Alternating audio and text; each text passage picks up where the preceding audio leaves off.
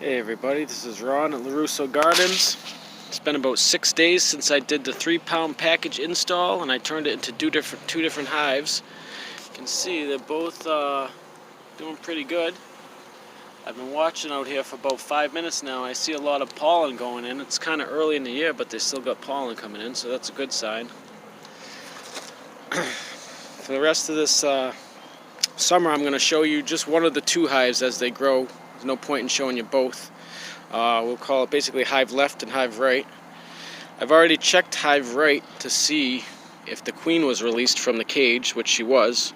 I didn't dig in and start searching. I don't really want to mess with the hives too much for another week or so. I just wanted to make sure that the queen was released.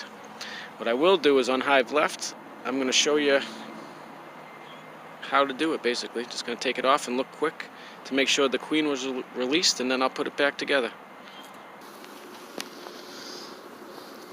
Alright, once you get your smoker going, you don't want to smoke them too much. I usually do one little quick smoke at the bottom and 2 smoke puffs at the top. So we'll just give one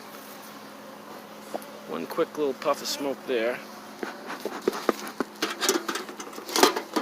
So I'm going to open it up. I'm going to do 2 puffs of smoke right down through there. It's going to calm them down, make them not want to sting me. It simulates that there's a fire in the hive, and they're more worried about their honey than stinging me. After about a minute after you smoke them, you're good to go. Just take the top off. You can see that's where the queen cage is. I can't tell if she's in there right now or not.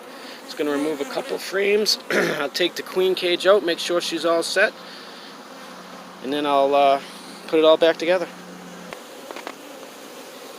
Alright, so I removed this queen cage. She is not in there as well. She was released by the bees. They ate through the sugar. I'm not sure if you can see in there.